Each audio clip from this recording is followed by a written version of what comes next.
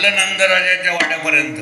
नंदराजा बाहेर आले तर तिनं पदर घेतला, तोंडावर घुंगट आहे.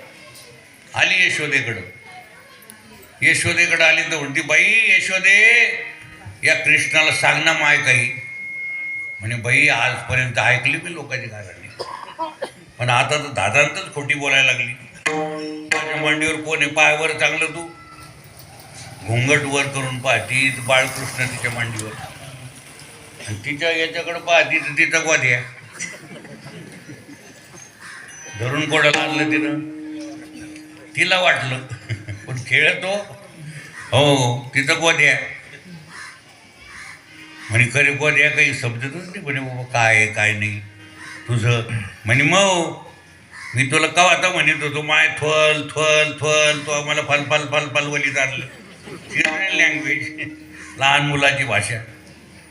यशोदा म्हणे, माय असं आळ नको घे जाऊ, मी त्याला विनाकारण मारते, खोड्या करू नको म्हणून. माझं सोन्याचं एकुलतं एक लेकरू, एवढंच लेकरू आहे मला, कोणाला, आणि सगळ्या जगात एवढंच आहे, त्याच्याशिवाय जगात काहीच नाही.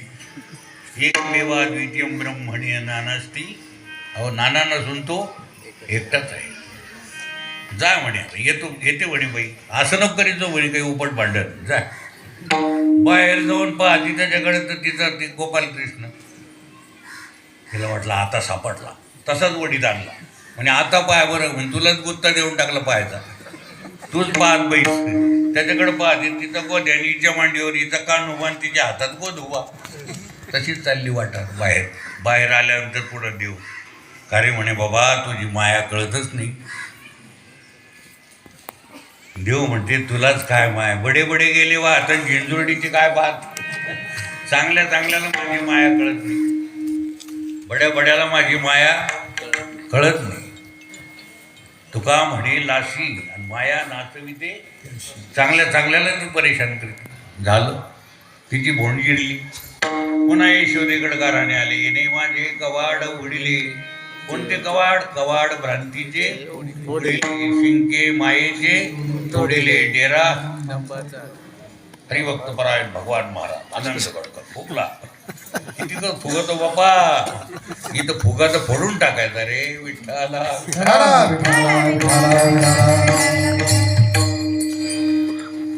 यशोदेनं कृष्णाला मग उत्तम शृंगार केला आहे.